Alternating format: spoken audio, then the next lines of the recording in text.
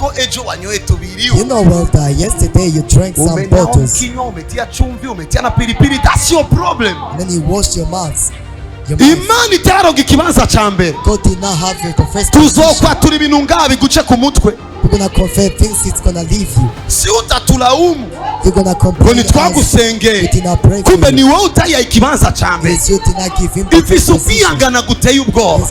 Iracakwihanganira. Ariko biragoye kwigendana nawe. But it is hard to match with you. Biragoye kwigumana nawe. It is hard to maintain with you. Suko ikwanka. Yase yuko yochika petit frere wakija gishuga daddy na gishuga mami. He hated to be the younger brother of that sugar dad and sugar mom. Because our God must occupy the first position.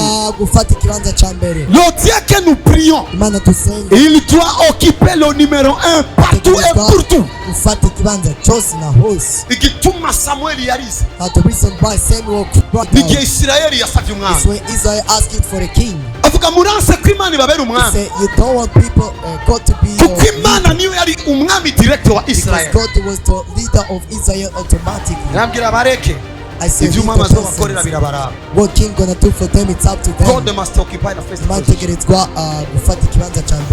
Ubwa mbere na mbere jambo yarariho. In the beginning that was the word. Nicyo gituma ikintu cyose kitarimo ijambo naco no kwinjiramo. Everything that is the word of God I cannot enter. Kuko jambo ategerezwa gufata ikibanza ca mbere. Because the word has to capture the first position. Do like this. Giraguci. Do like this. Vuga ngo fata ikibanza ca mbere. Take the first position. Vuga ngo fata ikibanza ca mbere. Take the first Vuga position. ngo fata ikibanza ca mbere. Take the first position, Lord. Amen. Amen. Iyo ni auto deliverance. Now this is auto deliverance. Muraza kubona abadayimoni baza You're gusohoka. gonna see demons to be.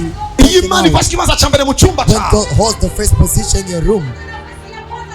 Niwo handi uruhira hanze uryamye gusuga kira kuko mu cyumba cyawe nihaganje. Therefore as you sleep you're gonna be well because God occupies your room.